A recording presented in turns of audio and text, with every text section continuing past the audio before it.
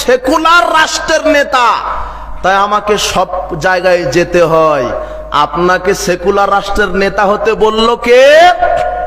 রাসূল সাল্লাল্লাহু আলাইহি ওয়াসাল্লামের কাছে আবু জাহেল উতবা সাইবা গিয়ে বললেন, শোনেন, আপনি যদি নেতা হতে চান নেতা বানিয়ে দিব, আপনি যদি সুন্দরী নারী চান নারী দিব, আপনি টাকা চাইলে আপনাকে টাকা দিব, শুধু আপনি আমাদের এই দেবতাদের মণ্ডপে এসে একটু ইবাদত করেন।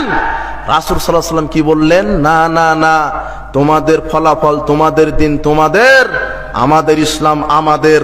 তিনি নেতা হননি। এরকম ঘর জামাইয়ের নেতার কোনো মূল্য নাই। তাই তো রাসূল সাল্লাল্লাহু আলাইহি ওয়াসাল্লাম যখন নেতা হলেন, মন্দিরে ঢুকে, মন্দির বলতে আবার এই যে ফেসবুক মিডিয়া খুব খারাপ, বলে দিবে যে কাবা ঘরকে মন্দির বলে দিল। কাবা ঘরে ঢুকে রাসূল সাল্লাল্লাহু আলাইহি ওয়াসাল্লাম মূর্তি ভেঙে দিলেন, ইব্রাহিম আলাইহিস সালাম মণ্ডপে ঢুকে মূর্তি ভেঙে দিলেন, আর তোমার পাগড়িওয়ালা হুজুর মন্দিরে ঢুকে মূর্তি উদ্বোধন করে।